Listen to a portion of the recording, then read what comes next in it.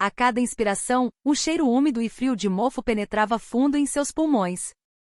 O recruta Lucas Almeida, encolhido na escuridão do compartimento mais baixo de seu armário de metal, tentava apagar a própria existência. O toque de recolher soara há muito tempo, mas o sono era um luxo que não lhe era permitido. Para um recruta recém-chegado, o silêncio da noite era apenas outro nome para a tortura. Do lado de fora, as risadas abafadas e os palavrões dos soldados mais antigos arranhavam a escuridão intermitentemente. Cada som era uma faca afiada perfurando seus tímpanos. Um dia antes, não, apenas algumas horas antes, ele estava com sua família, comendo a comida quente que sua mãe havia preparado, rindo. Mas desde o momento em que embarcou no ônibus militar e chegou àquele quartel sem nome na fronteira mais remota de Roraima, seu mundo perdeu a cor, transformando-se em um monocromático filme de horror. O ar do alojamento era uma sopa grossa e rançosa. O miasma de suor de dezenas de homens, o cheiro azedo de coturnos úmidos que nunca secavam completamente na umidade amazônica e o odor de mofo que se infiltrava nas paredes de concreto, um perfume constante e nauseante da selva que tentava, a todo custo, engolir a civilização. No centro desse universo pútrido estava o Sargento Braga. O tirano, o déspota do alojamento. Ele atormentava Lucas sem motivo aparente. O jeito que Lucas olhava, o ritmo de sua caminhada, o tom baixo de sua voz, qualquer pretexto servia para encurralá-lo. A noite de hoje começou com algo trivial. O sargento Braga atirou seus coturnos em frente a Lucas. Estavam cobertos de lama vermelha e uma sujeira que os tornava repugnantes só de olhar. Ô recruta! Limpa essa porra! Quero ver brilhando amanhã de manhã. Se eu achar um grão de poeira, vou lustrar a tua cabeça até ela brilhar no lugar. Lucas, em silêncio, pegou os coturnos. Na vida civil, seria algo inimaginável. Em seus 20 anos de vida, nunca havia limpado os sapatos de ninguém. Mas ali, o bom senso era um conceito estrangeiro. Ele foi até o banheiro, mergulhou as mãos na água fria e começou a esfregar a graxa preta no couro sujo. As juntas de seus dedos doíam com o frio, mas a dor em sua alma era infinitamente pior. 1 hora se passou. Ele fez o melhor que pôde, polindo os coturnos até que o couro gasto refletisse a luz fraca da lâmpada do banheiro. Entregou-os ao sargento. Braga estava deitado de lado em seu beliche, assistindo a uma novela em um pequeno televisor. Ele pegou os coturnos sem desviar os olhos da tela. Inspecionou cada canto e em seguida franziu a testa. Isso é tudo que você consegue fazer? Tá de sacanagem comigo, porra! Ele usou a sola do coturno para cutucar o peito de Lucas. Esse moleque tá de corpo mole. O que você fazia lá fora, hein? Seus pais não te ensinaram a fazer direito o que um mais velho manda? A menção a seus pais fez um nó se formar na garganta de Lucas. A imagem de sua mãe, que o amava mais que tudo, e de seu pai, sempre um pilar de força e retidão, surgiu em sua mente. Ele mordeu o lábio e baixou a cabeça. Desculpe, sargento. Desculpa é o caralho. Faz direito, porra. Ao lado, o cabo Freire, o lacaio mais fiel de Braga, interveio. Calma, sargento. Ele é novo, ainda não sabe das coisas. A gente vai ensinar o moleque. Ensinar o quê? O melhor jeito de aprender é na pele. Ô, Lucas! Chega aqui! Braga se levantou do beliche. Seus olhos brilharam. Era o olhar de um predador que acaba de encontrar sua presa. Ele arrastou Lucas para o centro do alojamento. Os outros soldados, sentindo o cheiro de entretenimento sádico, levantaram-se e formaram um círculo ao redor deles. Parece que você ainda não entendeu o que fez de errado. Vou te dar uma aula especial. No exército a gente não pergunta por quê. A gente obedece. Entendeu? Braga ergueu o queixo de Lucas com o dedo e sussurrou em seu ouvido. Sua voz era fria e pegajosa como uma serpente. Lucas engoliu em seco, sem conseguir responder. Sentiu o sangue gelar em suas veias. Aquilo era uma prisão. Uma prisão sem grades visíveis. O nome oficial do batalhão onde Lucas foi designado era longo e complicado, mas entre os soldados, era conhecido por outro nome, Batalhão Onça Pintada. A alcunha não era uma homenagem ao nobre felino da Amazônia, mas uma advertência sombria. Assim como a onça que ataca fatalmente quem entrava ali nunca saía ileso. Lucas estava aprendendo essa lição da maneira mais brutal. A primeira impressão do lugar fora de desolação pura. O quartel, construído em uma clareira arrancada da selva, raramente via a luz do sol. As paredes, com a pintura descascada pela umidade, pareciam chorar. O sargento que o trouxe da recepção o empurrou para dentro do alojamento com uma expressão vazia e desapareceu. Lucas, em pé, batendo uma continência desajeitada, foi recebido primeiro pelo silêncio, depois por dezenas de pares de olhos inexpressivos. Aqueles olhos o analisaram de cima a baixo, como se observassem um novo brinquedo. Momentos depois, o sargento Braga, que estava deitado no beliche mais ao fundo, levantou-se. Ele se aproximou com um andar arrastado e deu um tapa no ombro de Lucas. Você é o novato de hoje? Qual o nome? Recruta Lucas Almeida, senhor. Que porra de voz é essa? Não comeu, não? De novo. Recruta Lucas Almeida.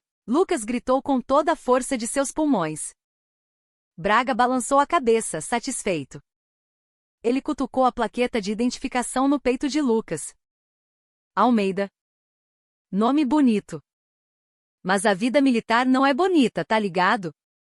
Desde aquele dia, o calvário de Lucas começou. Não era um simples trote para endurecer o recruta. Era violência explícita, abuso sistemático. Os veteranos se revezavam para não deixá-lo dormir. Faziam-no arrumar o armário até a madrugada ou decorar o hino do batalhão, e a cada erro, um tapa na nuca. A justificativa era sempre a mesma: é pro seu bem, é para você aprender a ter fibra. O cabo Freire, no início, até parecia sentir alguma pena. É foda, né? Todo mundo passa por isso. Aguenta firme, ele sussurrou uma vez. Mas o medo de cair em desgraça com o sargento o transformou. Ele começou a participar ativamente dos abusos, e sua compaixão hipócrita se tornou apenas mais uma fonte de dor para Lucas. Ele agora era mais cruel que o próprio Braga, como se tentasse esconder sua própria fraqueza. O soldado mais antigo do alojamento, Antunes, que estava há poucas semanas de dar baixa, sabia de tudo, mas se mantinha como um espectador passivo. Ele era como uma planta, esperando o tempo passar. Quando ouvia o som de um tapa, aumentava o volume de seus fones de ouvido. Quando ouvia xingamentos, mudava o canal da TV. Seu silêncio era um consentimento tácito, dando asas à tirania de Braga. Um dia, na hora do almoço, Lucas sentia fome, mas não conseguia engolir a comida. A tensão e o estresse haviam fechado seu estômago. Braga, vendo-o mexer no prato com o garfo, deu um chute em sua bandeja. Arroz, feijão e carne voaram, manchando o uniforme de Lucas. Tá de frescura com a comida, seu merda? Sabe quanto custa esse rancho? É o imposto dos meus pais que paga essa porra.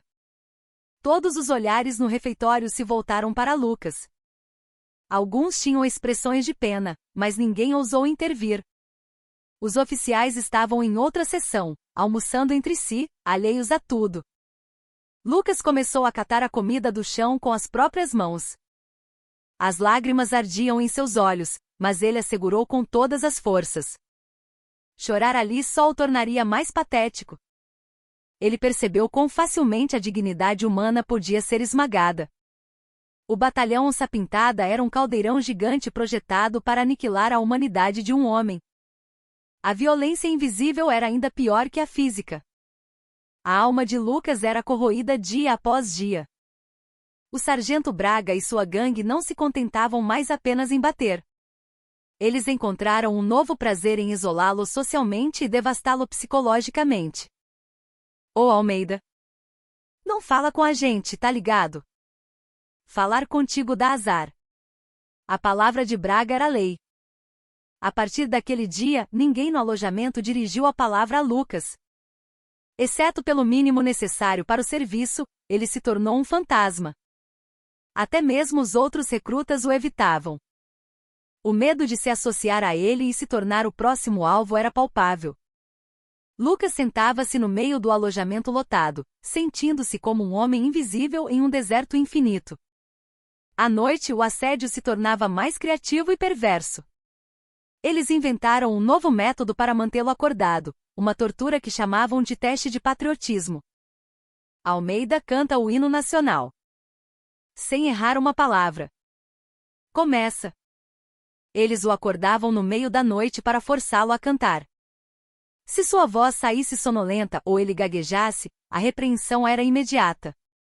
Que voz de bicha é essa? Falta de patriotismo.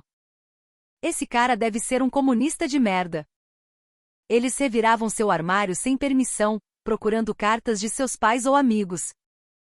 Liam em voz alta para que todos ouvissem, zombando de cada palavra. O dia em que encontraram uma carta de sua namorada foi um inferno. Eles transformaram cada frase de amor em uma piada obscena, rindo histericamente. As memórias e o espaço pessoal de Lucas foram rasgados em pedaços. O mais insuportável era o insulto à sua família. Seu pai faz o quê? É pedreiro? Por isso que te educou mal pra caralho desse jeito. Lucas pensava em seu pai. Um homem sempre íntegro e justo. Um herói para ele que dedicou a vida inteira à carreira militar. Ele não podia revelar a profissão de seu pai. Não podia manchar a honra de seu pai só porque ele era um simples recruta. Ele apenas mordia os lábios e suportava a humilhação. Seus punhos tremiam, mas não havia nada que pudesse fazer. Com o passar do tempo, Lucas definhou. Insônia e estresse deixaram olheiras profundas e bochechas encovadas. Sua imagem no espelho era a de um esqueleto. Aos poucos, ele perdeu a capacidade de sentir. Esqueceu como sorrir, esqueceu como sentir raiva. Tornou-se um boneco que apenas respirava para sobreviver, para aguentar mais um dia. Mas dentro daquele boneco, algo estava prestes a explodir. Aquele dia era particularmente úmido e quente, um dia típico de verão amazônico. Assim como o ar pesado, a atmosfera no alojamento estava no seu pior. O sargento Braga tinha bebido alguns goles de cachaça contrabandeada para o quartel. O álcool era um catalisador que amplificava sua crueldade. Ah, que tédio! Não tem nada de divertido para fazer? Seus olhos embriagados varreram o alojamento e pousaram em Lucas, que estava sentado quieto em um canto. Um sorriso malicioso se espalhou pelo rosto de Braga. O Almeida chega mais. Lucas pressentiu. Aquela noite não terminaria bem. Ele se levantou em silêncio e caminhou até Braga. O sargento apontou para os próprios pés. Ele sofria de uma micose terrível. Seus pés sempre exalavam um cheiro azedo e repulsivo. Ele tirou o coturno e o jogou na frente de Lucas. O interior da bota estava encharcado de suor, e o fedor era tão intenso que paralisava o olfato. Hoje eu vou te dar uma oportunidade especial, Braga anunciou. Todos os olhares se concentraram neles. O Cabo Freire e os outros pareciam ansiosos pelo que estava por vir. Tá vendo esse coturno? Cheio do meu amor e carinho. Se você lamber o interior dele direitinho, até ficar limpo, eu não te encho mais o saco hoje. Que tal? Uma oferta generosa, não acha? O ar no alojamento congelou. Alguns tossiram como se achassem aquilo excessivo, mas ninguém ousou deter Braga. A mente de Lucas ficou em branco. Ele não conseguia acreditar no que seus ouvidos haviam escutado. Que um ser humano pudesse exigir tal coisa de outro. Nojo e humilhação percorreram seu corpo. O coturno à sua frente não era apenas um sapato. Era o cano de uma arma apontada para sua dignidade. Se ele se ajoelhasse e lambesse aquilo, deixaria de ser humano. A identidade de Lucas Almeida seria completamente aniquilada, restando apenas uma casca que respirava. Qual é? Não quer fazer? Se não quiser, é só falar, Braga disse zombando. O Cabo Freire o incitou. Qual é, Almeida? O sargento tá te dando uma chance. Fecha o olho e lambe de uma vez. Aí você dorme tranquilo hoje. Lucas lentamente levantou a cabeça. Seus olhos não estavam mais cheios de medo. Nas pupilas antes vazias, uma chama fria e dura começou a arder. Ele olhou para o coturno, uma imagem que jamais esqueceria, e depois para o rosto de Braga, que sorria grotescamente por trás dele. E com uma voz muito baixa, mas firme, ele disse: "Não vou fazer." A frase foi como um trovão quebrando o silêncio antes da tempestade. O sorriso desapareceu do rosto de Braga. Sua expressão se contorceu em fúria. "O quê? O que foi que você disse, seu merda?" "Eu não vou fazer." Lucas repetiu mais claramente desta vez. Ele não tinha mais nada a perder. Sua dignidade já estava no fundo do poço. Mas ele queria proteger o último fragmento, o último pedaço que o fazia se sentir humano. "Filho da puta! Você ousa me desobedecer?" O punho de Braga voou quase que instantaneamente. Com um som surdo, o corpo de Lucas foi ao chão. Um gosto metálico de sangue encheu sua boca. A raiva de Braga explodiu. Ele chutou a barriga de Lucas e o ergueu pelos cabelos. "Você enlouqueceu? Sabe onde você tá?" A agressão foi brutal. O cabo Freire e os outros, longe de impedi-lo, seguraram os braços e pernas de Lucas. Em meio aos seus olhares enlouquecidos, a consciência de Lucas começou a se esvair. Com uma dor que parecia quebrar todos os seus ossos, ele pensou em uma única pessoa: seu pai. A surra só parou muito tempo depois. Braga, ofegante, cuspia xingamentos enquanto Lucas jazia no chão como um trapo. Ele mal conseguiu se arrastar de volta para seu beliche. Ninguém o ajudou. Ele era um animal. Não menos que um animal. Naquela noite, pela primeira vez, Lucas decidiu fugir. O medo de que pudesse realmente morrer se ficasse ali dominou seu corpo. Na madrugada, quando todos dormiam e a vigilância era frouxa, ele escapuliu do alojamento. Seu destino era o orelhão público em um canto do quartel. Sua mão tremia ao segurar o fone. Do bolso, ele tirou um cartão telefônico que conseguirá esconder. Com os dedos trêmulos, descou o número de sua casa. Após alguns toques, a voz sonolenta de sua mãe atendeu. "Alô? Mãe?" Lucas engasgou, incapaz de continuar. Do outro lado da linha, ouviu uma inspiração de surpresa. "Lucas? Filho, por que está ligando a essa hora? Aconteceu alguma coisa?" "Pai. Passa pro pai, por favor." Ao ouvir a voz de sua mãe, as lágrimas que ele segurara com tanto esforço explodiram. Ele não conseguia esconder os soluços. Sua mãe, percebendo a gravidade da situação, chamou seu pai com urgência. Momentos depois, a voz grave e profunda de seu pai soou no telefone. "Lucas? O que houve?" Ao ouvir a voz do pai, Lucas desmoronou. Ele chorou como uma criança, contando de forma desconexa tudo o que havia acontecido. As surras, os insultos e finalmente a humilhação daquela noite. Seu corpo tremia incontrolavelmente enquanto falava. Do outro lado da linha, seu pai ouvia em silêncio o lamento desesperado de seu filho. Um longo silêncio se seguiu. Quando o choro de Lucas diminuiu, seu pai falou. Sua voz estava desprovida de qualquer emoção como raiva ou tristeza. Era uma voz fria e calma como gelo. "Entendido." Foi tudo. Lucas ficou perplexo. Ele esperava mais perguntas. Esperava consolo ou raiva. Mas a voz de seu pai era um vácuo de emoções. "Lucas," o pai falou novamente. "Qual o nome do seu comandante de companhia?" "Capitão Monteiro." "E o comandante do batalhão?" "Tenente-coronel Valadares." "Entendido. Agora desligue e vá para um lugar seguro. Não seja visto por ninguém. O pai vai mandar alguém." A ligação terminou. Lucas ficou parado, segurando o fone mudo. A última voz de seu pai era algo que ele nunca tinha ouvido em toda a sua vida. Era uma voz de aço. Uma voz que continha uma frieza que transcendia a tristeza, uma fúria gelada capaz de destruir tudo em seu caminho. Naquele mesmo instante, em Brasília, o general de exército da reserva, Ricardo Almeida, desligou o telefone e fechou os olhos na escuridão de seu escritório. Ele sentiu um tipo de fúria que nunca havia experimentado em décadas de campo de batalha congelar seu coração. Seu filho, mais precioso que sua própria vida, havia sido esmagado.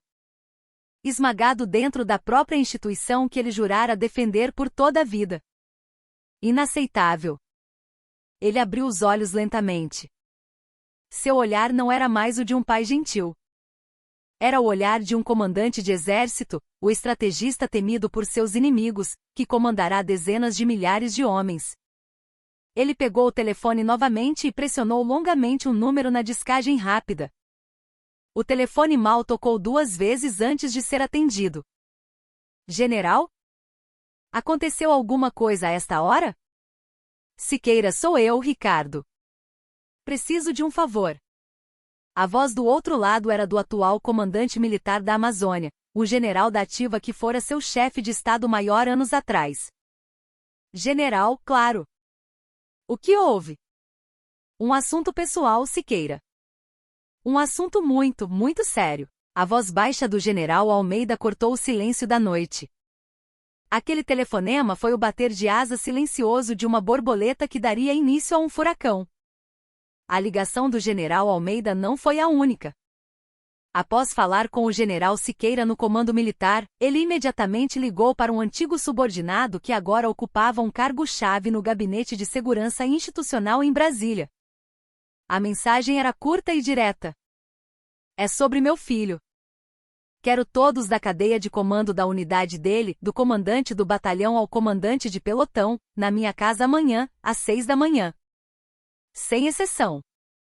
Sua voz carregava um peso absoluto que não permitia recusa. Os generais que receberam a ligação sentiram um calafrio na espinha. Embora estivesse na reserva há alguns anos, o nome Ricardo Almeida ainda tinha um poder imenso dentro das Forças Armadas. Ele era respeitado por seu caráter íntegro e incorruptível, mas também era famoso por seu temperamento explosivo e sua recusa em dobrar seus princípios. O fato de ele estar se movendo pessoalmente, usando a expressão assunto pessoal, significava que uma catástrofe de proporções inimagináveis havia acontecido. Naquela noite, o exército brasileiro foi abalado por um terremoto invisível. A ordem originada em Brasília desceu como um raio pelo comando militar, atingiu a brigada, o batalhão e a companhia. Os oficiais, arrancados do sono por telefonemas no meio da noite, saltaram de suas camas. O quê? O general Almeida? O lendário general Almeida tem um filho? E ele está no nosso batalhão? Todos os oficiais em alerta máximo. Reunião de emergência agora. Motivo? Não pergunte, apenas venha. O comandante da Brigada de Infantaria de Selva, o general de brigada, saiu correndo de casa em pijama em direção ao seu quartel-general. Ele era um oficial tão mais novo que mal ousava olhar nos olhos do general Almeida quando este estava na ativa. Com as mãos trêmulas, ele ligou diretamente para o comandante do batalhão. Valadares, você enlouqueceu? Que diabos está acontecendo na sua unidade? O general Almeida ordenou que todos nós estejamos na casa dele amanhã de manhã. Você, o comandante da companhia e o maldito comandante de pelotão. Se um de nós se atrasar, pode dar adeus à farda. O tenente-coronel Valadares quase desabou com o telefone na mão. Sentiu como se o céu estivesse caindo. Sua carreira, até então em ascensão, poderia acabar da noite para o dia. Ele imediatamente despejou sua fúria no capitão Monteiro, que por sua vez a despejou no jovem tenente responsável pelo pelotão de Lucas. O último a receber a ligação foi o tenente Rocha, o comandante de pelotão de Lucas. Um oficial recém-formado, ele mal entendia a situação quando teve que dirigir no meio da madrugada para se encontrar com seu capitão. Naquele momento, o capitão Monteiro e o tenente-coronel Valadares já estavam em pânico. Como isso aconteceu? O comandante do exército se mexendo por causa de um simples recruta? Eu não sei.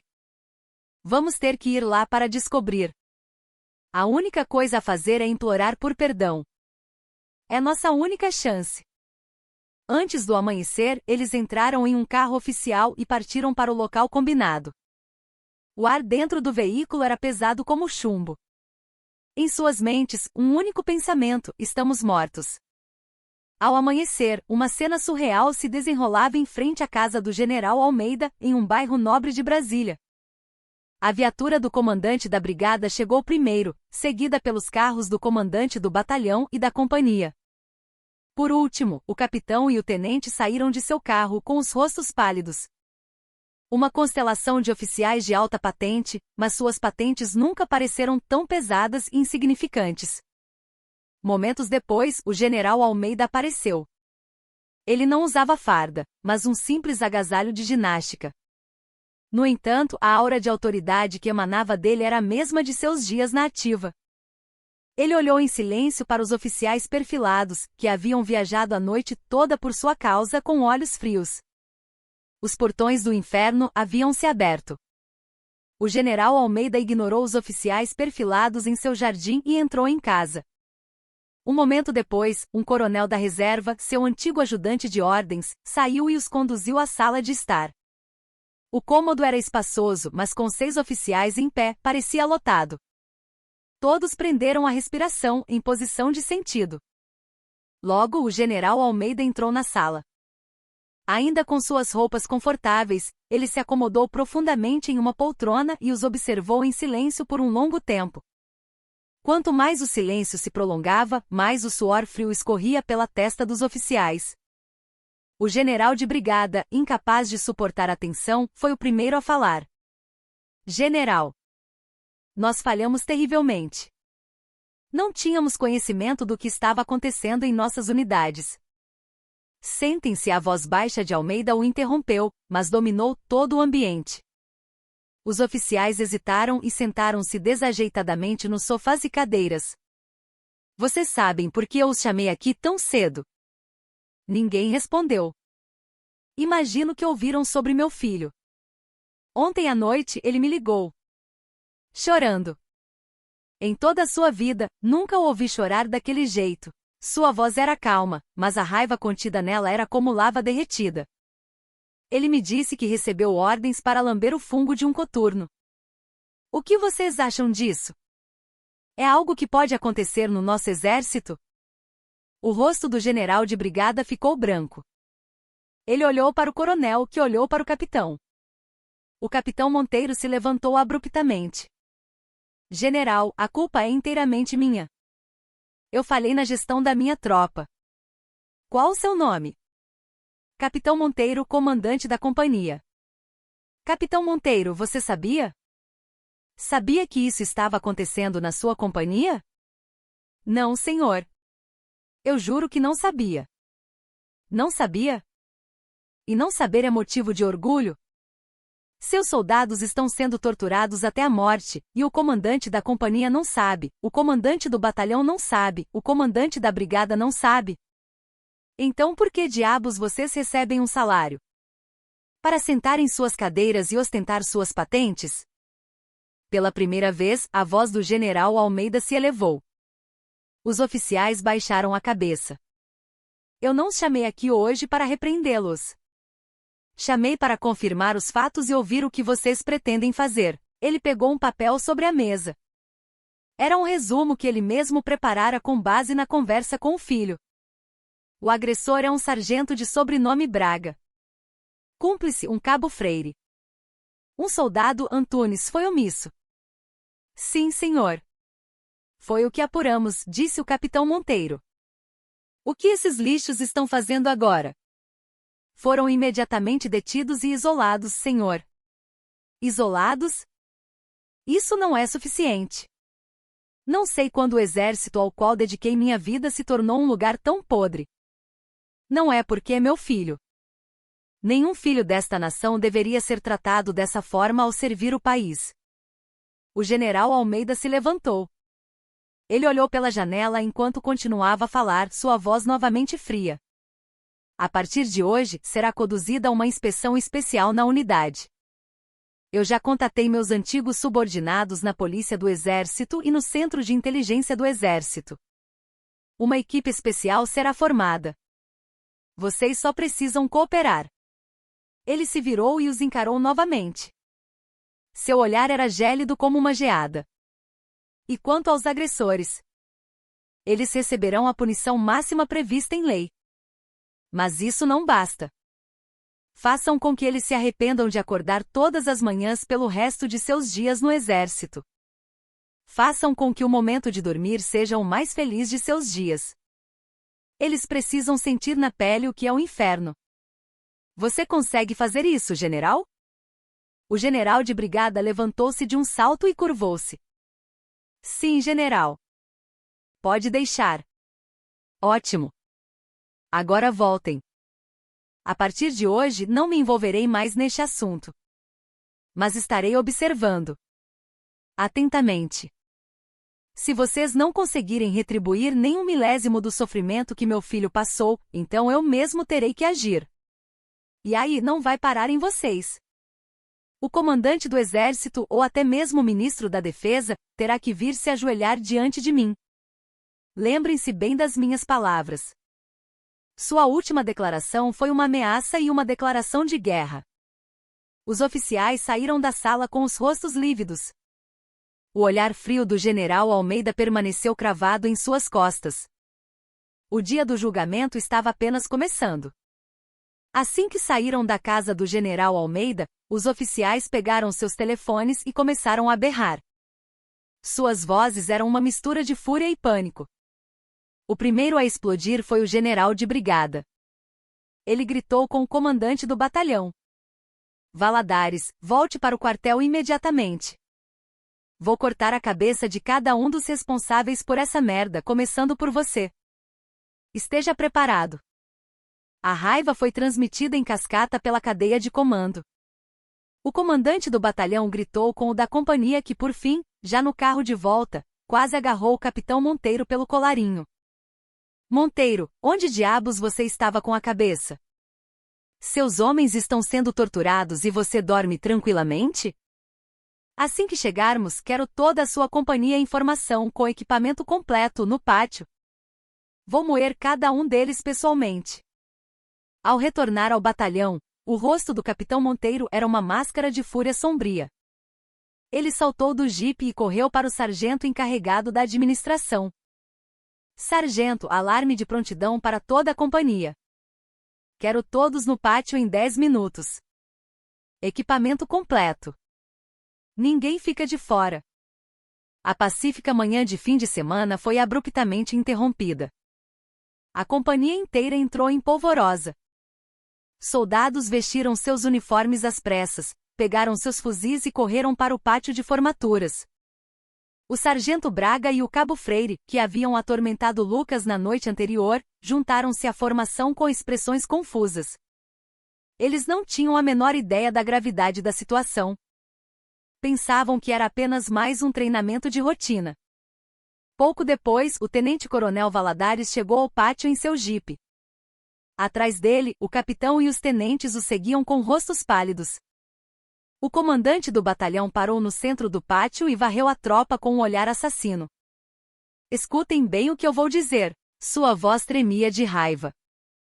Esta companhia. Não, este batalhão. Morreu hoje. Por causa de vocês, um bando de lixos, a honra de todos nós foi jogada na lama. Os soldados começaram a cochichar, sem entender nada.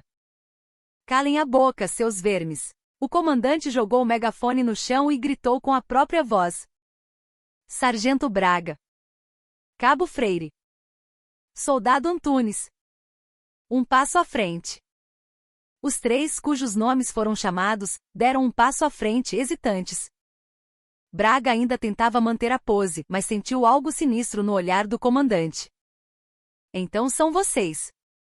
Os merdas que mancharam o nome deste batalhão. O comandante se aproximou lentamente. Parou em frente a Braga e o encarou. Foi você? O desgraçado que forçou um camarada a lamber um coturno imundo? Só então Braga entendeu. Seu rosto se contraiu. Aquele filho da puta do Almeida. Ele abriu a boca, mas ele ainda achava que o comandante não sabia de tudo. Não sei do que o senhor está falando, coronel. No instante em que ele negou, o punho do comandante atingiu seu rosto. Braga caiu no chão sem sequer soltar um gemido. A companhia inteira congelou em choque. Um comandante agredir um soldado, especialmente em público, era algo sem precedentes. Seu merda! Ainda não entendeu? O general Almeida sabe de cada detalhe da sua sujeira. Entendeu? Ao ouvir o nome General Almeida, os rostos de alguns suboficiais mais antigos ficaram pálidos. Eles sabiam o que aquele nome significava no exército. A partir de hoje, vocês não são soldados. Não são militares. São apenas lixo humano. E eu vou fazer questão de mostrar a vocês como será o resto do seu tempo no exército. O comandante ignorou Braga caído e se aproximou de Freire e Antunes. Os dois já tremiam de medo. E vocês dois também. Um foi o cachorrinho fiel e o outro fingiu que não viu nada. Vão pagar da mesma forma. Nesse momento, vários sedãs pretos entraram pelo portão principal levantando poeira. Os homens que saíram dos carros estavam à paisana, mas seus olhares afiados e porte físico indicavam que não eram civis comuns. Era a equipe especial de inspeção da Polícia do Exército. Eles prestaram continência ao comandante e foram direto até Braga e os outros dois.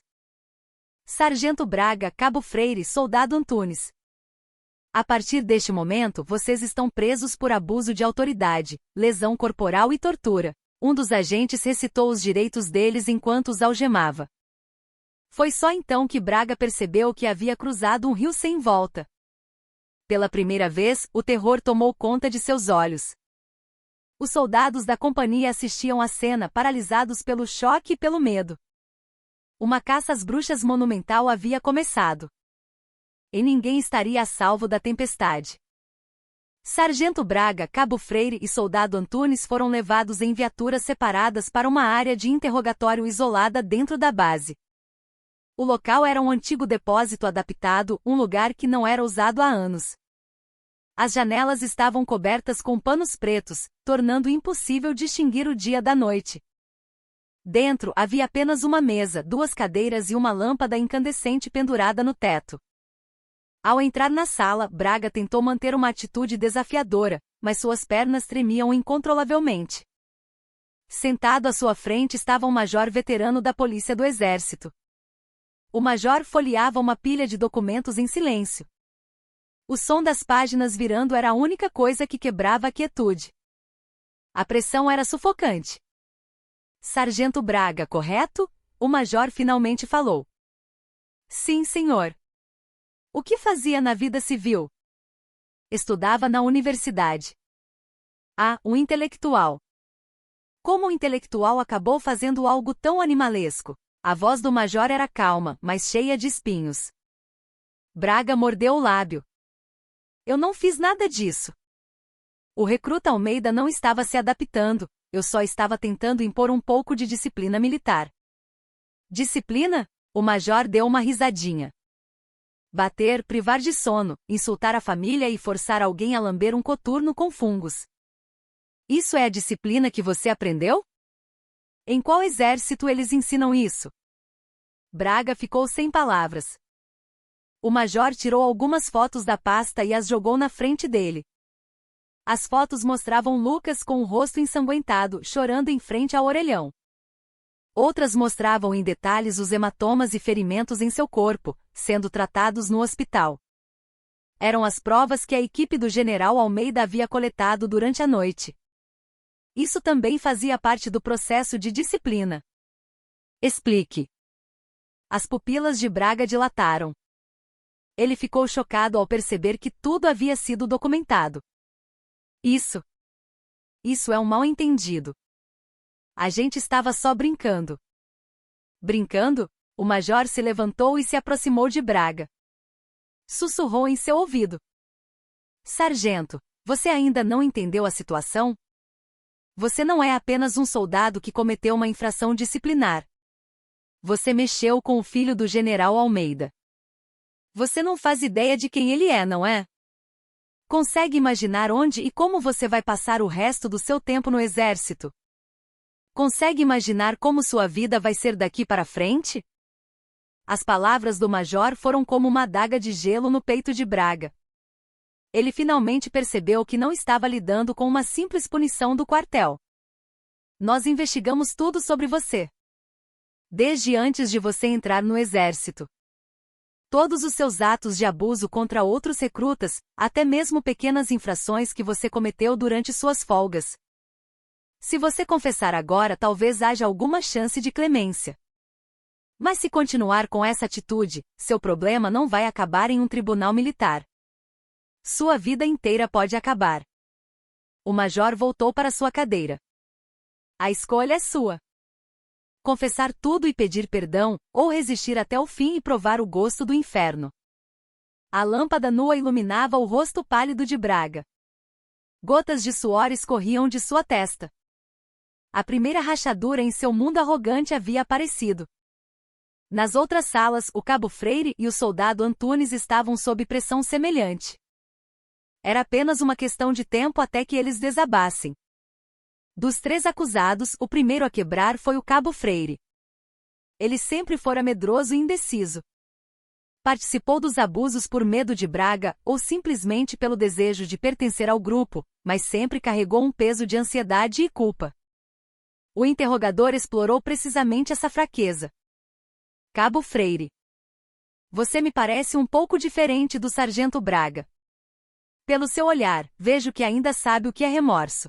O major ofereceu-lhe um copo d'água e continuou com uma voz suave. Seja honesto. Você não queria fazer aquilo desde o início, não é? Eu sei que você fez o que Braga mandou porque tinha medo dele. Mas, no fim das contas, você é cúmplice. Um agressor. Freire baixou a cabeça sem dizer nada. Seus ombros tremiam. Neste momento, o sargento Braga está jogando toda a culpa em você e no soldado Antunes. Ele está dizendo que apenas deu as ordens, mas que foram vocês que realmente atormentaram o recruta. Se continuar assim, você pode ser considerado o principal culpado. Não acha isso injusto? A afirmação do major era uma mentira. Braga ainda não havia dito uma palavra. Mas era uma mentira eficaz para abalar a psique de Freire. A palavra traição atingiu o ponto mais vulnerável em uma relação de cumplicidade. É injusto, Freire finalmente explodiu. Uma vez que a barragem se rompeu, a torrente foi imparável. Ele começou a chorar e a confessar tudo o que havia acontecido. Como Braga começou a perseguir Lucas, porque ele se sentiu forçado a participar em os detalhes do terrível incidente do coturno.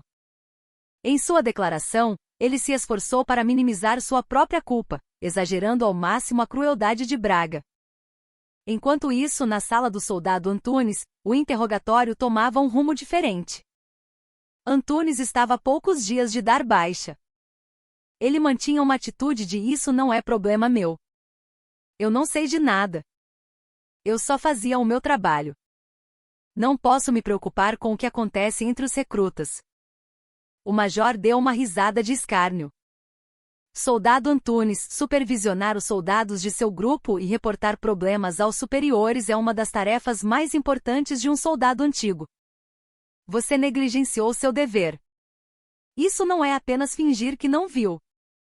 É uma clara negligência de função. O major jogou um documento na frente dele. Eram registros de chamadas e mensagens entre Antunes e outros soldados. O Braga tá pegando no pé do novato de novo, que saco, não aguento mais esse barulho, coitado do Almeida hoje. As mensagens provavam inequivocamente que Antunes estava ciente dos abusos. Isso também não sei de nada. Você sabia de tudo. E sabendo, fechou os olhos. Seu silêncio alimentou um monstro chamado Braga. Você não é um simples espectador. É um cúmplice ativo. O rosto de Antunes endureceu. Ele começou a perceber as consequências devastadoras de sua apatia. Ele sonhava com uma vida normal após o serviço militar. Mas agora, tudo o que o esperava era uma baixa desonrosa e o desprezo da sociedade. Seu mundo, construído sobre a filosofia do desde que não seja comigo, estava desmoronando. A aliança dos cúmplices se desfez como um castelo de areia. Na luta desesperada de cada um para salvar a própria pele, a verdadeira natureza de seus crimes se tornava cada vez mais clara. A notícia de que o cabo Freire e o soldado Antunes haviam confessado chegou rapidamente à sala de interrogatório do sargento Braga. O major jogou os depoimentos assinados na mesa à sua frente. Seus parceiros contaram tudo. Agora só resta você, Braga. Com as mãos trêmulas, Braga leu os depoimentos. Viu como Freire havia habilmente minimizado sua própria culpa, pintando Braga como o único mentor, e como Antunes covardemente se esquivou de qualquer responsabilidade. A traição de seus supostos companheiros o encheu de uma raiva insuportável, seguida por um profundo desespero. Filhos da puta, ele rosnou. Mas era um eco no vazio. Que tal admitir agora? O que você fez? E nós sabemos que não foi só com o recruta Almeida. Desde que você chegou aqui, a lista de vítimas é longa. Já temos o depoimento de vários outros soldados. O major aumentou a pressão. Ele começou a falar sobre a família de Braga. Ouvi dizer que seu pai tem uma pequena empresa. Um homem trabalhador que vive para o filho. Imagino a decepção dele quando descobrir o que você fez. Vê-lo sendo julgado em um tribunal militar, se tornando um criminoso, recebendo uma baixa desonrosa. A menção à família fez os olhos de Braga vacilarem. No quartel, ele agia como um rei, mas na verdade, era apenas o filho de uma família comum. Um jovem que carregava as expectativas do pai, talvez até um pouco mimado. Toda a sua arrogância e bravata poderiam ser apenas uma fachada para esconder essa fraqueza. O que você fez não foi uma simples agressão. É um crime grave que manchou a honra do exército. Você pode esquecer uma reintegração normal à sociedade. Que empresa contrataria um ex-militar com antecedentes de torturar colegas? Cada palavra do major estilhaçava o futuro de Braga. Tudo que ele considerava garantido, a vida universitária, um emprego após a formatura, casamento, tudo estava se desvanecendo como uma miragem. Eu errei. Finalmente a confissão saiu da boca de Braga. Sua voz era fraca, como algodão molhado. Ele baixou a cabeça e começou a soluçar. O castelo de arrogância que ele construíra desabou ruidosamente. Ele confessou cada um de seus atos malignos, sem omitir nada. Como se estivesse em um confessionário, ele despejou seus pecados. Sob a luz da lâmpada, a imagem do tirano que reinava no alojamento havia desaparecido. Em seu lugar, havia apenas um jovem fraco, chorando pateticamente, aterrorizado com o futuro. Seu mundo havia desmoronado. Completa e miseravelmente. Lucas estava internado em um quarto individual no hospital militar próximo à base. Os investigadores da polícia do exército o transferiram para lá. Havia ordens expressas para que ele não encontrasse ninguém do seu antigo batalhão. Lençóis limpos, o cheiro de desinfetante e o silêncio do corredor eram um mundo à parte do inferno do alojamento. Mas o coração de Lucas ainda estava congelado. O céu azul que via pela janela parecia irreal. Ele apenas olhava para o teto, entorpecido. As feridas do corpo cicatrizariam com o tratamento, mas as da alma não pareciam fáceis de curar. A porta do quarto se abriu silenciosamente e seu pai entrou. Ele não tinha a aparência severa de sempre, seu rosto parecia abatido. Como você está se sentindo? O pai sentou-se sem jeito na cadeira ao lado da cama do filho. Lucas tentou se sentar, mas gemeu de dor. Os hematomas ainda cobriam seu corpo. Fique deitado. O pai o ajudou a deitar novamente e o cobriu com um lençol. Um silêncio constrangedor pairou entre eles. Lucas não sabia o que dizer. Não conseguia olhar nos olhos do pai. Sentia vergonha por ter mostrado sua fraqueza e culpa por tê-lo arrastado para aquela situação. Foi o pai quem quebrou o silêncio. Me desculpe. Lucas levantou a cabeça. Jamais imaginara ouvir tais palavras de seu pai. Acho que tentei te criar para ser forte demais. Sempre disse que no exército um homem precisa ser forte, que precisa superar as dificuldades. Mas eu não fiz questão de saber que tipo de dificuldades eram essas. Enquanto você passava por esse sofrimento, eu, seu pai, não sabia de nada. Me desculpe de verdade, meu filho. Os olhos do pai estavam marejados. Seu pai, que nunca em sua vida havia mostrado um pingo de fraqueza. Ao ver aquilo, o coração de Lucas se apertou. Todas as emoções que ele havia reprimido vieram à tona de uma só vez. Ele chorou silenciosamente. O pai pegou a mão do filho sem dizer uma palavra. Era uma mão grande e áspera, mas a mais quente do mundo. Tudo vai ficar bem agora. Não se preocupe com nada. A voz do pai era baixa e calma, mas continha uma determinação capaz de mover o mundo para proteger seu filho. E eles? O que vai acontecer com eles? Lucas perguntou com a voz trêmula. Quem comete um crime deve pagar por ele. Eles enfrentarão a justiça. E pagarão um preço ainda maior. Os olhos do pai brilharam friamente por um instante. Era o olhar de um juiz implacável. Agora, não pense em mais nada. Concentre-se em curar seu corpo e sua mente. O pai vai cuidar de todo o resto. Você nunca mais terá que cruzar com aquela gente imunda. Eu vou garantir isso. Naquele dia, o pai ficou por muito tempo ao lado do filho. Eles não conversaram muito. Mas apenas segurando as mãos um do outro, pai e filho compartilharam um consolo e uma compreensão mais profundos do que 1000 palavras poderiam expressar. Lucas sentiu que a montanha gigante que era seu pai estava firmemente plantada atrás dele, protegendo-o. No fim do túnel longo e escuro, um raio de luz finalmente começava a aparecer. O julgamento militar do sargento Braga, do cabo Freire e do soldado Antunes foi rápido. Com o nome do general Almeida como pano de fundo, o sistema de justiça militar moveu-se com uma rapidez e severidade impecáveis. Todos os 3 foram considerados culpados. O principal agressor, Braga, foi condenado à prisão. Mas o poder invisível do general Almeida interveio. A prisão é um descanso luxuoso demais para eles. Uma única frase dele reescreveu o destino dos 3. Em vez de serem enviados para um presídio militar, eles foram mandados de volta para sua unidade de origem. No entanto, o batalhão para o qual retornaram não era mais o mesmo. No dia em que os 3 retornaram, o sargento administrativo da companhia os chamou.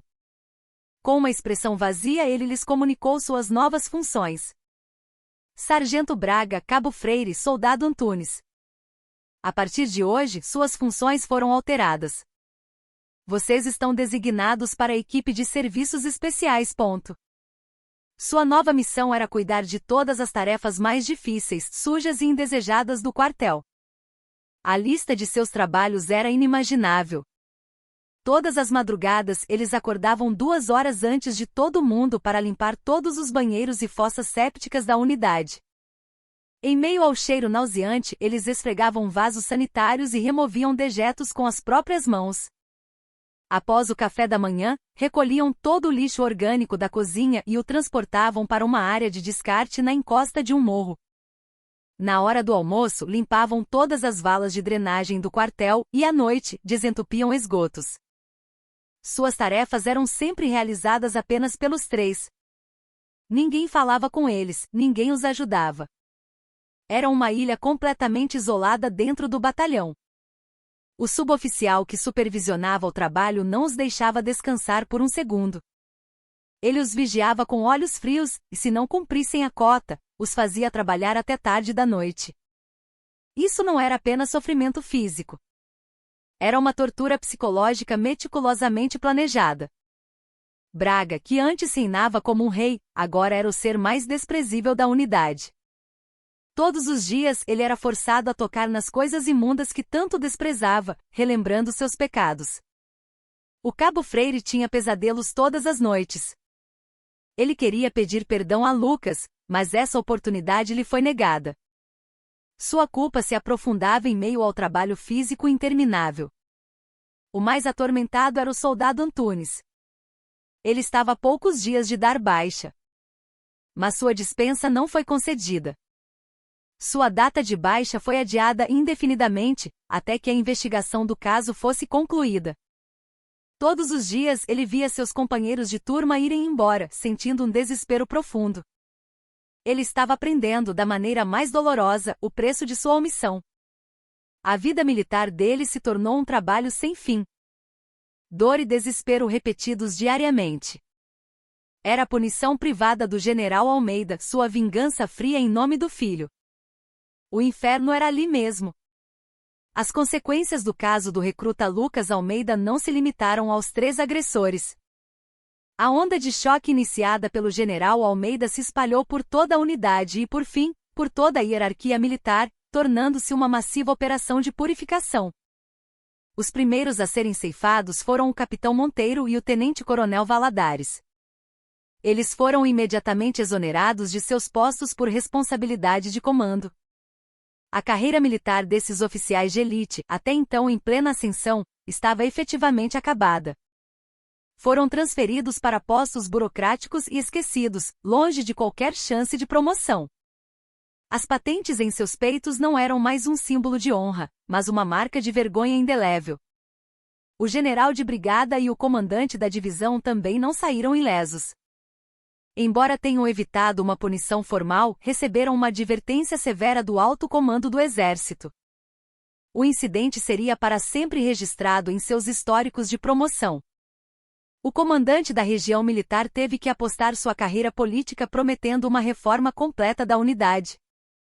Ele visitava os quartéis diariamente, bradando contra os abusos, mas seus gritos pareciam mais um lamento vazio, proferido enquanto se lembrava do olhar gelado do general Almeida. A mudança dentro da unidade foi ainda mais dramática. A equipe especial de inspeção permaneceu no quartel, realizando entrevistas individuais com todos os soldados. As outras vítimas que até então haviam se calado por medo de Braga começaram a falar. Crimes adicionais cometidos por ele vieram à tona, e a sentença de seu julgamento militar tornou-se ainda mais pesada. Além disso, todos os abusos e corrupções que existiam secretamente foram expostos.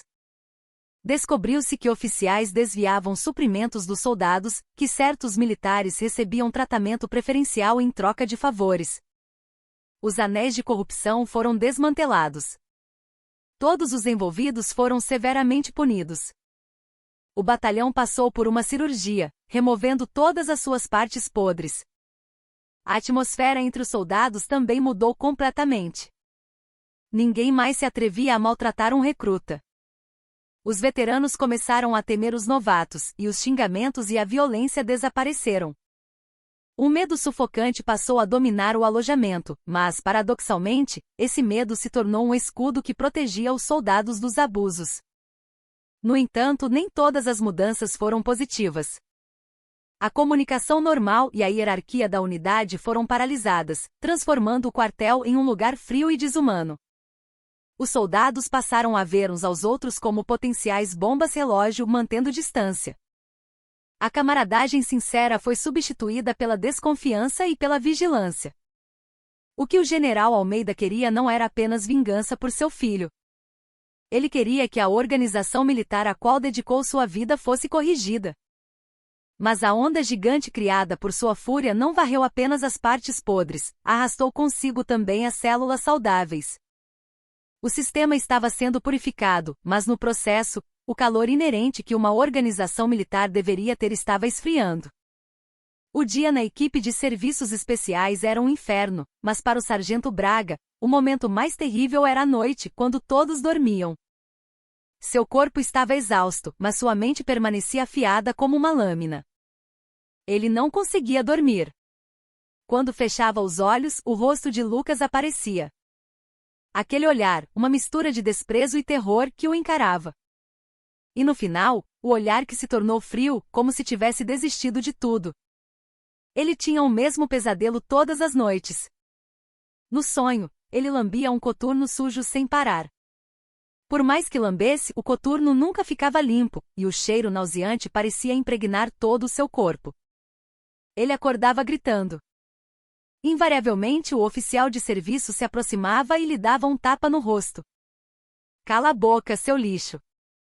Seu orgulho havia sido despedaçado há muito tempo. Houve um tempo em que ele acreditava ser o centro do universo. Ele reinava sobre os recrutas indefesos, saboreando seu poder. Mas agora ele havia caído para o lugar mais baixo da unidade, não para um status sub-humano. Na hora das refeições, os outros soldados o olhavam como se ele fosse um inseto, cochichando entre si. Ele evitava seus olhares, comendo em um canto com a cabeça baixa. A comida tinha gosto de areia. Um dia, ele pediu para receber uma visita. Escreveu uma carta ao pai. Por favor, venha me ver. Me salve, ele implorou. Alguns dias depois, seu pai apareceu na sala de visitas. O pai olhou para a aparência abatida do filho e não disse nada. Apenas suspirou profundamente. Pai, me tira daqui. Se eu ficar mais um dia aqui, vou enlouquecer. Eu errei em tudo. Nunca mais vou fazer isso, eu juro. Braga agarrou-se ao pai, chorando e implorando. Mas o pai friamente afastou sua mão. Pelo que você fez, isso não é nada. Eu não te considero mais meu filho. Na minha família não há lugar para alguém como você. O pai disse isso e se virou friamente. Braga gritou em desespero. Ele havia sido abandonado até mesmo por sua última esperança, sua família. Seu mundo mergulhou em uma escuridão completa. Depois daquele dia, Braga se tornou uma pessoa completamente diferente. Em seus olhos não havia mais raiva ou rebeldia. Apenas um vazio oco. Ele se tornou uma máquina sem alma, executando as tarefas que lhe eram ordenadas em silêncio. O trabalho sujo e pesado não era mais doloroso. Porque ele não conseguia mais sentir nada. Sua queda ainda não havia terminado. A unidade não o dispensou. Sua vida militar parecia destinada a continuar para sempre. Acordar todas as manhãs era uma punição, e o momento de adormecer sua única salvação. Assim como o general Almeida queria, ele estava vivendo um inferno em vida. Sua queda sem fim era o preço mais cruel a ser pago por alguém que esmagou a dignidade de outro ser humano. O inferno do Cabo Freire era de um tipo diferente do de Braga. Seu inferno não era externo, mas sim uma culpa que crescia de dentro para fora. Ele passava as noites em claro, revirando-se na cama. Quando fechava os olhos, sua própria imagem covarde se sobrepunha ao rosto de Lucas. A imagem dele obedecendo a Braga, participando dos abusos, suas próprias mãos segurando os membros de Lucas, e sua própria voz sussurrando: fecha o olho e faz de uma vez. Tudo isso se tornava uma vívida alucinação que o atormentava. Ele aceitou o trabalho árduo da equipe de serviços especiais de bom grado. Pensou que se seu corpo estivesse exausto, pelo menos à noite ele poderia esquecer a culpa e dormir. Mas quanto mais seu corpo se cansava, mais sua mente se tornava clara, e o peso da culpa o esmagava ainda mais. Ele queria se desculpar com Lucas. Sentia que se pudesse se ajoelhar e pedir perdão sinceramente, talvez pudesse se livrar um pouco dessa culpa incessante. Ele implorou ao sargento administrativo da companhia pelo endereço ou contato de Lucas. Eu preciso muito falar com o recruta Almeida. Por favor, me deixe encontrá-lo só uma vez. Mas o sargento recusou friamente. De acordo com os protocolos de proteção à vítima, é absolutamente proibido. E você acha que tem o direito de encontrá-lo? Nunca mais me peça isso. Com sua última esperança frustrada, Freire se desesperou. Ele foi privado até mesmo da chance de expiar seu pecado. Sentia-se preso em uma sala sem saída. Uma noite, ele secretamente conseguiu papel e caneta e começou a escrever uma carta. O destinatário era Lucas Almeida. Ele derramou todos os seus sentimentos na carta. O quão covarde ele havia sido, o quanto se arrependia e o quanto sentia muito. Ele reescreveu a carta várias vezes, manchando o papel com suas lágrimas. Mas depois de terminar, percebeu que não tinha como enviar a carta. Ele segurou a carta em branco e chorou por um longo tempo. Seu pedido de desculpas, sem chegar a ninguém, ecoava vazia apenas em seu coração. A vida militar de Freire foi uma penitência sem fim. Sem ser perdoado por seus pecados, ele se açoitava dia e noite. A dor física se amenizou com o tempo, mas a marca da culpa gravada em sua alma só se tornava mais nítida. Seu inferno parecia que nunca terminaria. Era uma prisão que ele mesmo construiu, nascida da covardia de um homem fraco. A punição imposta ao soldado Antunes foi a mais sutil e cruel. Sua dispensa foi adiada indefinidamente. Todos os dias ele tinha que assistir seus companheiros de turma voltando para a vida civil, remoendo sua própria estupidez. No início, ele sentiu raiva. O que eu fiz de tão errado? Eu não bati, não xinguei. Eu só fingi que não vi, mas com o tempo, sua raiva se transformou em um profundo arrependimento. Ele revisitou a situação daquele dia inúmeras vezes. E se ele tivesse dito apenas uma frase? Ei, Braga, para com isso. Já passou dos limites. Como soldado mais antigo, uma única palavra sua poderia ter mudado tudo. Lucas não teria passado por aquela experiência terrível, e Braga e Freire não teriam se tornado monstros. E ele mesmo não estaria preso naquele lugar infernal. Seu silêncio trivial arruinou tudo. Ele percebeu dolorosamente quão violenta sua omissão havia sido, e quão terríveis foram as consequências de sua irresponsabilidade. Depois de um dia de trabalho na equipe especial, ele voltava para o alojamento e ficava olhando para o teto. Sua mente estava cheia de arrependimento e autocondenação. Ele não culpava mais ninguém. Tudo aquilo era resultado de sua própria escolha.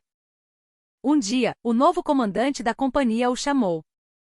Soldado Antunes, você precisa ser dispensado em breve. Vou te dar uma última chance. Escreva uma carta de reflexão. Se eu sentir sinceridade, vou tentar interceder por você junto ao comando. Antunes pensou muito sobre isso. Ele passou dias e noites escrevendo. Mas ele não tentou justificar seus erros ou pedir pena. Ele escreveu de forma sucinta porque foi omisso, que consequências essa omissão gerou e porque ela era o maior de todos os pecados.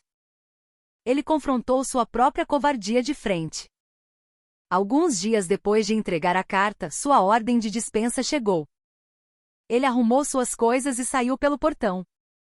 Era o momento que ele tanto esperara por meses, mas seu coração não sentia alegria alguma. Ele ficou parado por um longo tempo em frente ao portão do quartel. Então, virou-se para o prédio do alojamento e se curvou profundamente. Não era um pedido de desculpas nem um agradecimento. Era uma despedida de seu passado estúpido. A vida de Antunes após o exército não foi fácil. Seu registro militar não mencionava uma baixa desonrosa, mas continha a anotação, histórico disciplinar, que o acompanhou por toda parte. Ele teve dificuldade em encontrar um bom emprego e sempre se sentiu retraído nas relações sociais. Ele teria que viver para sempre com a cicatriz deixada por seu silêncio. Seu arrependimento se tornou parte de sua vida, uma penitência que continuou mesmo após a baixa. Após receber alta do hospital militar, Lucas não retornou à sua unidade de origem. Por uma medida de seu pai, ele foi transferido para uma unidade administrativa tranquila, diretamente subordinada ao comando do exército. Era um mundo completamente diferente da atmosfera brutal da fronteira. Os oficiais eram todos educados, e não havia hierarquia desnecessária ou violência entre os soldados. A tarefa designada a Lucas era administrar a biblioteca da unidade. Ele passava o dia inteiro em meio a livros empoeirados, organizando-os silenciosamente. Era o ambiente perfeito para ele. Ali ele finalmente encontrou paz para seu corpo e sua mente. No entanto, o trauma não desapareceu facilmente. Ele ainda tinha insônia e se encolhia involuntariamente sempre que alguém gritava atrás dele. O som de um coturno batendo no chão fazia seu coração disparar. Ele passou a ter medo de se relacionar profundamente com as pessoas. Os colegas da nova unidade eram gentis e se aproximavam, mas eles sempre mantinham uma certa distância. Ele sabia que a força de seu pai o havia salvado. Mas às vezes essa verdade o oprimia. Um sentimento de inadequação o assombrava. Seria ele apenas um fraco que escapou usando o poder de seu pai general, incapaz de superar a situação por conta própria? Quando ouvia os rumores sobre os dias terríveis que seus agressores estavam vivendo, sentia mais melancolia do que satisfação. A ideia de que a vingança apenas gera mais sofrimento o consumia. Então, um dia, ele encontrou um caderno de esboços e um lápis velhos em um canto da biblioteca. Quando criança, ele sonhava em ser artista. Ele pegou o lápis e começou a desenhar sem pensar. No início não sabia o que desenhar. Mas, deixando sua mão se mover livremente, o caderno logo se encheu com as paisagens infernais que ele havia vivido. O alojamento escuro e úmido, o rosto enlouquecido do sargento Braga e sua própria imagem aterrorizada. Enquanto desenhava, ele chorava. Mas não eram mais lágrimas de desamparo. Ele estava confrontando suas feridas de frente, sublimando-as em arte. Ele se tornou capaz de olhar para seu próprio sofrimento de uma perspectiva objetiva. Ele desenhava dia e noite. Os cadernos de esboço se acumulavam. Seus desenhos eram sombrios e dolorosos, mas continham uma vontade desesperada de superar o desespero e um tênue raio de esperança. O comandante da unidade, reconhecendo seu talento, permitiu que ele organizasse uma pequena exposição. O título era Batalhão Onça Pintada. Seus desenhos chocaram e comoveram muitas pessoas. Tornaram-se uma oportunidade para denunciar a violência dentro do exército e transmitir vividamente a dor das vítimas. Lucas encontrou seu novo caminho. Ele não era mais uma vítima fraca. Ele estava se transformando em um artista que curava suas próprias feridas com a arte e que acalmava a dor dos outros. Na ponta de seu lápis, as memórias do inferno estavam finalmente se transformando em uma narrativa de redenção. O general Almeida suspirou aliviado ao receber a notícia de que seu filho estava se adaptando bem à nova unidade. Ele fez tudo o que pôde. Para proteger seu filho e para restaurar a honra manchada do exército, ele mobilizou toda a sua rede de contatos e poder, e o resultado foi um sucesso. Os agressores estavam pagando por seus crimes e a unidade estava sendo purificada. Mas seu coração não estava em paz. Sentado no sofá de sua sala, olhando para o espaço vazio, ele foi dominado por uma profunda solidão. Durante esse processo, ele desenvolveu um profundo ceticismo em relação à organização militar à qual dedicara sua vida. A justiça e a camaradagem em que ele acreditava seriam apenas uma ilusão? Mesmo ele que esteve no topo do sistema, não conhecia a terrível corrupção e violência que ocorriam abaixo dele. Seu poder formidável salvou seu filho, mas ao mesmo tempo, o fez perder muitas coisas. Alguns de seus antigos subordinados com quem trabalhou por muito tempo, viraram-lhe as costas por causa de seus métodos. O senhor foi longe demais, general. O exército tem suas regras e procedimentos. A crítica deles não estava errada. Ele resolveu uma fúria pessoal com poder público. Isso ia contra os princípios e crenças que ele defendeu por toda a vida. Ele também começou a repensar seu relacionamento com o filho, Lucas. Ele queria criar um filho forte, mas talvez isso fosse apenas um desejo egoísta de moldá-lo à sua própria imagem. Ele não tentou entender o que seu filho realmente queria ou que tipo de dor ele estava sofrendo. A culpa de que ele poderia ter sido um bom comandante, mas talvez não um bom pai, o atormentava. Quando a noite chegou, ele entrou no quarto do filho. Sobre a mesa havia uma carta que Lucas enviara do hospital. Pai, obrigado por me salvar. Mas pai, eu não quero que o senhor sofra mais por minha causa. A vingança não resolve nada. Eu estou bem agora. Quero superar minhas feridas com minha própria força. O general Almeida leu a carta do filho e chorou silenciosamente. Seu filho era muito mais forte e maduro do que ele pensava. Era ele quem estava sendo consolado pelo filho. Ele pegou o telefone e ligou para um antigo subordinado que lhe havia virado as costas. Sou eu, Ricardo. Me desculpe. Eu exagerei. Seu pedido de desculpa significava o fim da vingança por seu filho e seu retorno ao papel de pai. Ele não era mais a personificação da fúria. Era apenas um pai comum que desejava a felicidade de seu filho. Sua longa e solitária batalha estava chegando ao fim. O tempo passou. As estações mudaram 2 vezes e, finalmente, o dia da dispensa de Lucas chegou. Com calma, ele tirou o uniforme militar e saiu pelo portão. Na frente do quartel, seu pai o esperava no carro. Os dois se olharam em silêncio e sorriram.